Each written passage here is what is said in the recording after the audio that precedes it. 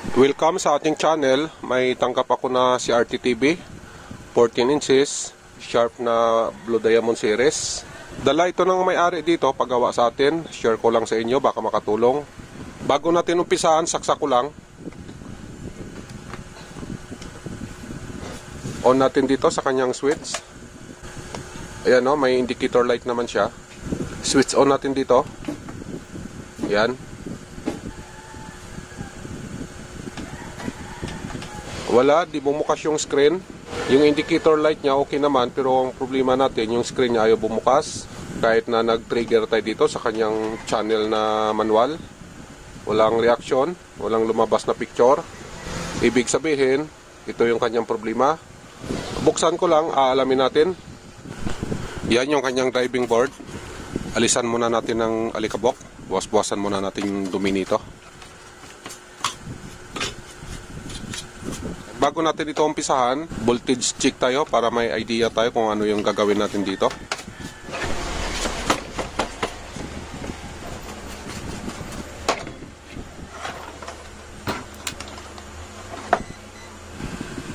Dito lang yung negative line natin. Okay na yan. Check natin yung kanyang B+. Ito yon, ang kapasitor niya. At saka itong apat na paa. Ito yung kanyang input. Ito naman yung output, yung pangalawang paa. Sukatan natin. Pakita ko lang yung pisa na susukatan. Ito yung susukatan natin. 160 volt, 100 UF ang value nito. Pagkatapos, ito din, sukatan natin. Yung sabi ko sa inyo na apat ang paa. Ito yon. Yan yung kanyang itsura. Ayan siya oh. Balik natin. Sukat tayo, saksak ko lang to. On ko lang. Ayan, may power tayo na 229 volts. Dito tayo sa kanyang kapasitor. Dito sa positive side. Yung ating multimeter nakasit na yan sa DC volt. On ko dito sa unit, yung kanyang switch. Abangan natin yung multimeter. Ayan o, may B+ tayo na 135 volt. Dito tayo sa 4 pins. Yung unang paa, sukatan natin. Ang unang paa nito, connected naman dito. Dito o, sa kapasitor na to. Ayan, may reading tayo na 4.2 volt. Input niya to. Dito tayo sa kanyang output. Dito sa pangalawang paa. Ang gawin natin, dito lang tayo kasi connected naman siya dito o. Ayan, wala pa. Try ko i-trigger yung manual na pindutan. Kasi pag napindot natin yung manual, pag nag-trigger siya, magkakaroon ng voltahe ito. Pindutin ko lang. Yan, nagkaroon siya ng 5 volt. Buwabagsak. Ibig sabihin, hindi makatuloy. Ayan o. Nag-drop siya ng 0 volt ulit. Confirm na natin na ang problema ng unit na ito, namamatay. Kasi nga ang supply dito sa pin number to, pagka halimbawa na trigger natin yung kanyang channel, o yung manual na pindutan, dapat kasi magtutuloy-tuloy na yon yung kanyang 5 volt habang umaandar siya. Ang nangyari kasi, buwibitaw siya ng 0 volt, ibig sabihin namamatay ang unit. Base sa ginawa nating checking, yun na yung problema niya, yung namamatay. Yun yung aalamin natin kung ano ang dahilan. Try natin mag-isa-isa ng mga resistor dito. Itong kanyang 150, 56, 27, at saka itong supply ng 180 volt galing dito sa 250 volt na kapasitor. Dadaan ng resistor, paakyat dito sa CRT. Pag napundi din kasi yan, mamatay yung unit. At saka itong kanyang 39K, may kinalaman din to pag halimbawa napundi. Ang gawin ko, ihang ko muna. Sukatan natin ng multimeter. Check natin kung may mga pundi dyan. Ganito mag-check ng mga resistor, kailangan nakahang para ma-reading natin kung may problema o wala. Ito nakahang na, sukatan natin. Ito yung kanyang 150. Sukatan natin. Yung ating multimeter nakasit na yan sa resistance mode, naka-auto range tayo. Sukatan ko to. Yan yung reading natin, 145.6K. Ang value nito 150K. Ang resulta sa reading natin 145.6K. Ibig sabihin okay pa to. Dito tayo sa kanyang 56K. Read natin. Yan o, yung 56K natin naging 54.9K. Ibig sabihin, okay din yan. Dito tayo sa kanyang 27K. Itong isa. Medyo may kalawang na rin to. Sukatan natin yung 27. Ayan, walang reading yung 27. Ayan o. Pundi yung 27K natin. Wala tayong reading. Ayan. Dito tayo sa kanyang 39K. Ito. Sukatan din natin to. Lipat ko lang yung multimeter.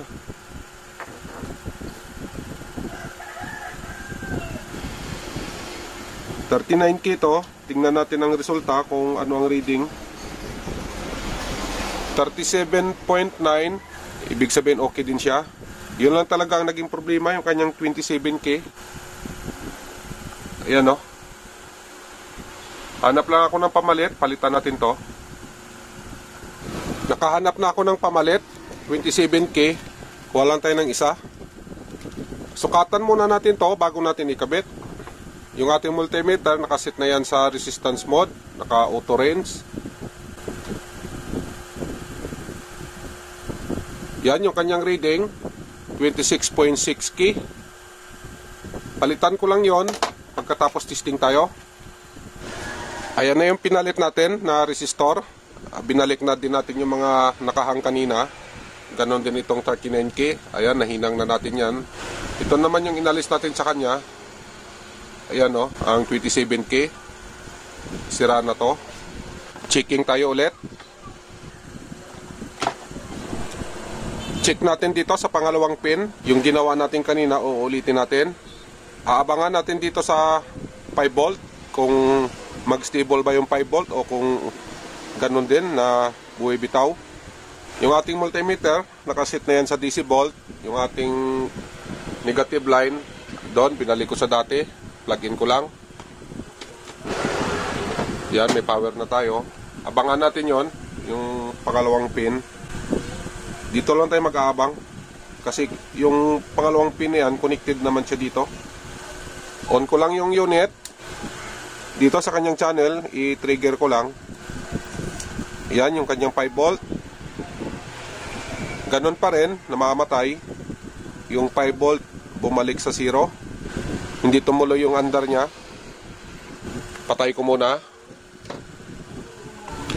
Ang sunod na gagawin natin, magsukat tayo ng supply. Supply sa CRT. Dito. Bali, ang supply nito, dito siya kumuha sa flyback. Ito oh. Dumaan siya ng resistor. Ayan yung resistor natin. Papunta dito sa diode. Ayan yung diode natin oh. Papunta dito sa 250 volt na kapasitor. Aakyat ito dito sa taas. Supply siya dito sa CRT. Try natin muna i-check itong resistor niya kung okay pa ito. Itong resistor, reading lang natin sa buzzer mode kasi fusible type lang naman to. Ang value nito mga nasa 0.47, ganon. Sukatan natin ang ating multimeter. Set lang natin sa buzzer mode. Ayan, naka-buzzer mode tayo. Ayan o, okay naman yung kanyang resistor. Okay naman. Ang gawin natin, plug in natin ang unit. Abang tayo ng reading dito. Dito sa kanyang kapasitor na 250 volt. Pakita ko muna sa inyo itong kapasitor. Ito yung susukatan natin. 250 volt ito. Di lang natin makita yung microfarad niya kasi nasa likuran dito sa may hitching banda. Reading tayo. Abang tayo dito sa kanyang 250 volt. On ko lang yung unit. Yan. At pindot ko lang yung kanyang channel. Trigger natin. Ayan, 62. Mababa masyado. Ay, nangangamoy pa. Ayan, bumagsak yung supply kasi namatay. At saka yung voltahe na inabot niya, kasi kung mamamatay siya, dapat aabot siya ng mga 170 volt. Ang nangyari, mababa lang yung reading niya kanina. Ang gawin ko, baka may problema flyback, subukan natin. Try natin magpalit ng flyback. Baka may kinalaman dito. Kasi nga mababa yung supply niya kanina, nasa 62 volt lang. Dapat kasi pag nag-on yung unit, aabot siya ng mga 170 volt. Yung sa kanya kanina, hanggang 62 lang. At medyo nangamoy pa. Try lang natin palitan para mawala yung agam-agam natin. May pamalit ako dito. Pang Sharp. Ayan o, Sharp ang pangalan. Iba lang yung itsura, ayan o. Pagkakaiba nila. Ayan. Ito kasi pang 21 to. Ito pang 14. Pwede din naman to. Subukan natin. Ito naman yung kanyang part number. 32601 Broadway. Kabit ko lang. Napalitan ko na. Ito naman yung inalis natin sa kanya. Ayan o. Testing tayo. Abangan natin ulit yung kanina. Dito. Power on ko lang. Yan, may power na tayo. Pindutin ko lang yung pindutan. Abangan natin yung multimeter. Yan, 5 volt. Yan o, patay pa rin. Ayan o, bumagsak. Ibig sabihin may problema pa. Check natin tong resistor. Diode, supply sa 180 volt. Ganon din itong supply ng vertical. Itong diode, dalawa to. Dito yung isa. Naka-series connection sila. Ayan o. Papunta dito sa isang diode. Tagos dito bago siya pumunta ng vertical. Check natin yan. Yung ating multimeter, set lang natin sa buzzer mode. Try natin kung may short. Lipat lang natin. Ayan, may buzzer na tayo. Check natin una yung resistor. Ayan, okay naman. Dito tayo sa kanyang diode. Diode na papuntang 250 volt na kapasitor. Ayan, wala namang short. Reverse natin. Yan, okay naman. Dito tayo sa isang diode papunta sa vertical. Buzzer. Yan o, buzzer din. Ibig sabihin shorted. Yan. Dito tayo sa isang diode papuntang vertical din to. Yan, walang buzzer. Reverse natin. Ayan, okay. Sim lang sila dito sa supply ng 180 volt na diode. Ibig sabihin, shorted yung ating isang diode na supply sa vertical. Ayan o, buzzer. Hanap lang ako ng pamalit. Ito, may hinahanap na ako. Ayan o. Galing dito. Sim lang dito sila, Sharp din kasi to. Palitan ko lang to, itong shorted. Ito ipapalit natin. Ayan o. Napalitan ko na. Ito naman yung inalis natin sa kanya. Sukatan natin.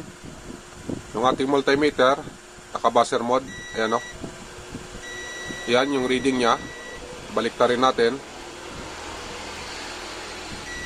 Ayan o, shorted talaga. Try natin, saksak natin ulit.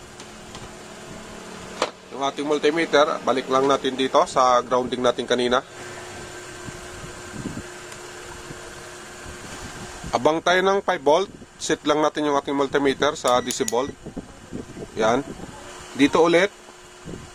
Abangan natin yung multimeter. Power on ko na. Pindutin ko lang yung kanyang pindutan. Trigger natin. Yan yung 5 volt. Ayan o. Ayan, tumuloy-tuloy na. Ibig sabihin, buhay na yung unit. Ayan o, hindi na siya namatay. Stable na yung 5 volt niya. At saka yung ano natin, yung screen, umilaw na rin. Sukatan natin yung kanyang 180 volt. Itong 250 volt na kapasitor. Ayan o, ang reading natin, 191 volt. Yan yung supply papunta dito sa CRT, sa kanyang FJB. Iharap ko lang, silipin natin yung picture. Saksak ko lang. Yan, may power na tayo. Power on ko lang yung switch nito. Ayan o, yung kanyang power indicator. Trigger natin dito sa kanyang channel. Tingnan natin yung screen.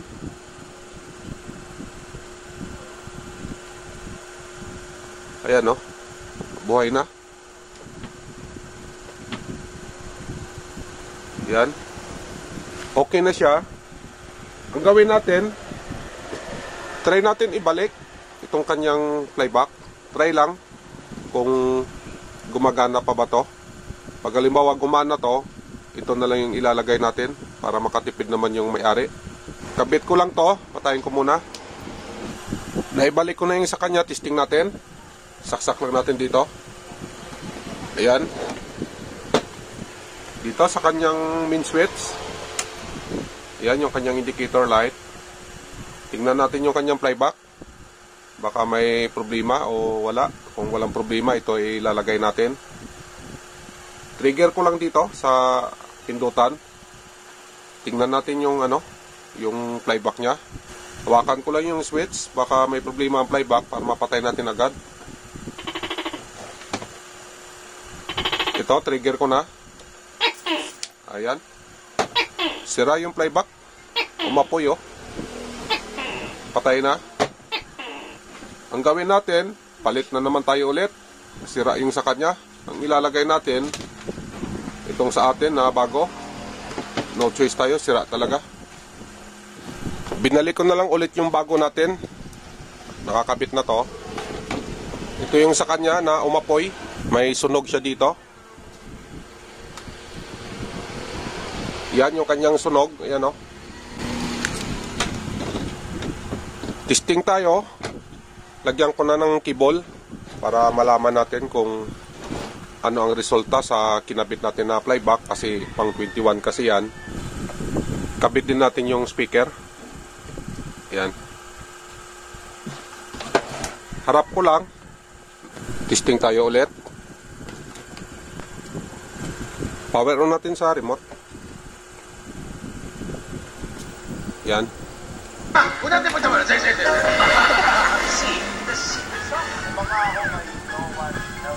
Ayan yung kinalabasan. May problema pa. Corrupted yung display niya.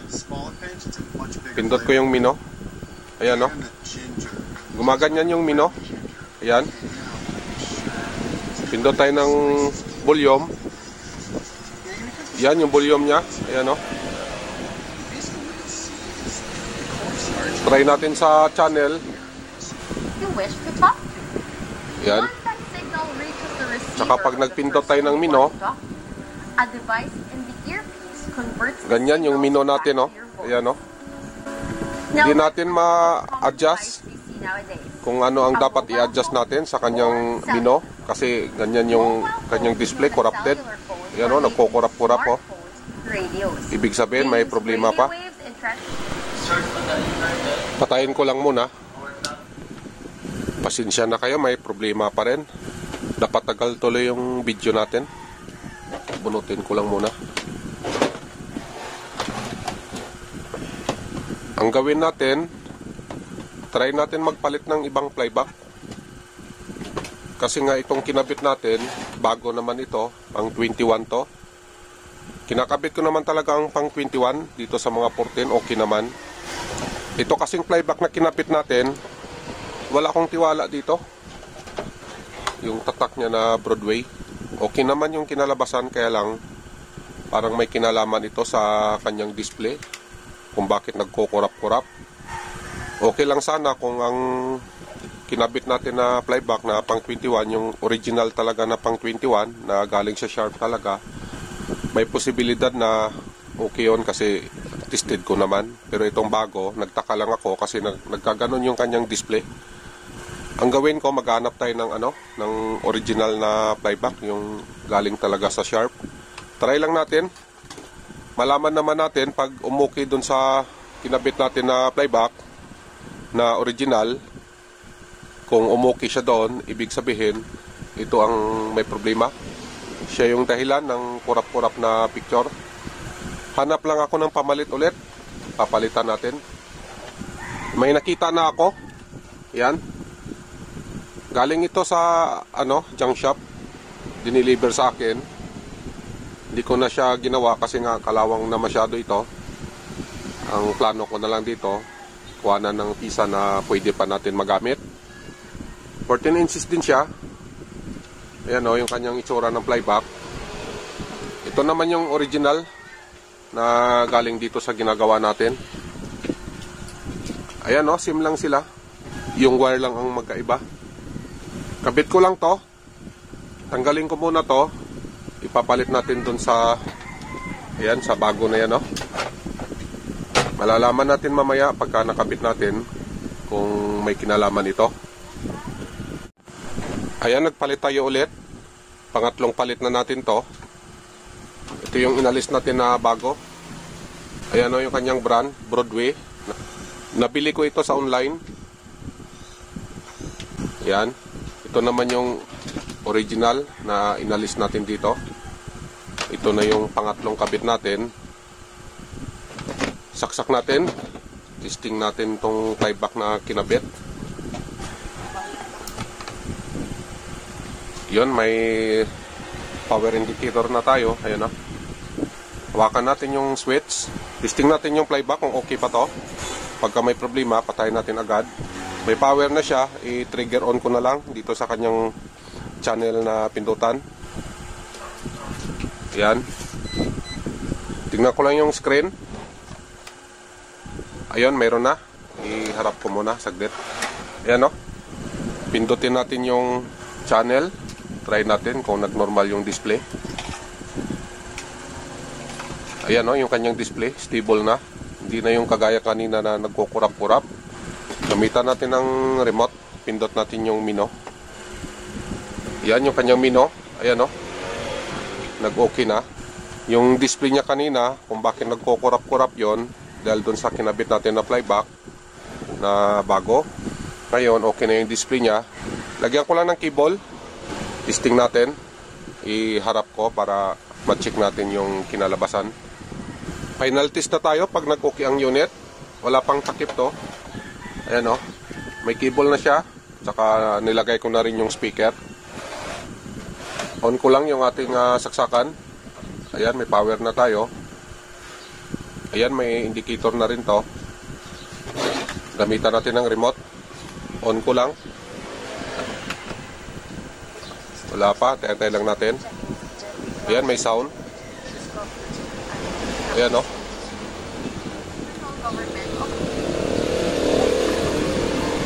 Ayan yung display. Hindi na nagkukurap. Ayan. Okay na siya. Pindot natin yung mino. Yan yung mino niya. Ayan o. Normal na din yung mino. Dito tayo sa sound. Pindot natin yung sound. Yan yung sound niya. Hinahan natin. Lakasan natin. Ayan.